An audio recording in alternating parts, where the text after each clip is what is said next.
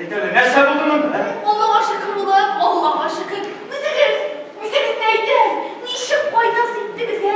Atma ortasında deminde, jalgını tuğun, ne tuğun? Etine halle çıksın öyle. Oğlan ne odağız ziratta. Ziratta. Kurşe!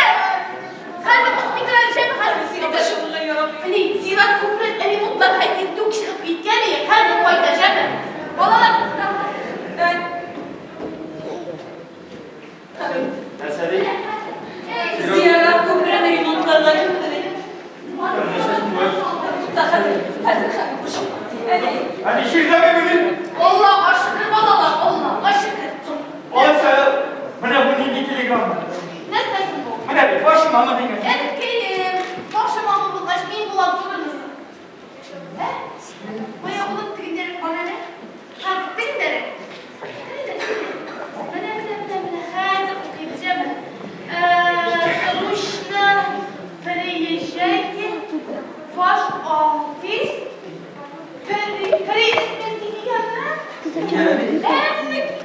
Erkeğim parasını bana koçum hele. Restama geçtim. Söyleyeyim tuttum beni telefonda ben şuraya geçtim şuraya geçtim. Hazır oğlan ne koyup ucu da dibine telefonla. Hazır. Hazır şokatlar Cem. Alo. Hazır. Arifullah. Arifullah sinirleşti koçum hele. Ne sebedeştirim şey istiyorum. Vay. Hazır gidip de aşırı. Hadi ne kadar nasıl? Ay.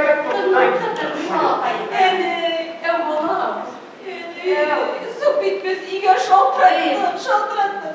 Birisini almadı, birisini bulmadı. Tanışalım.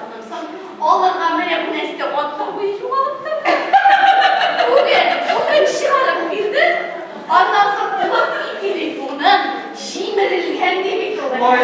Ben uzun ayım aşkım çıkıp doğum bile. No, Sonra oğlan koydum. Bileyim ben kazı şeyler koyacağım. Ben de bana ulaştıram da. Yani, hayır. bana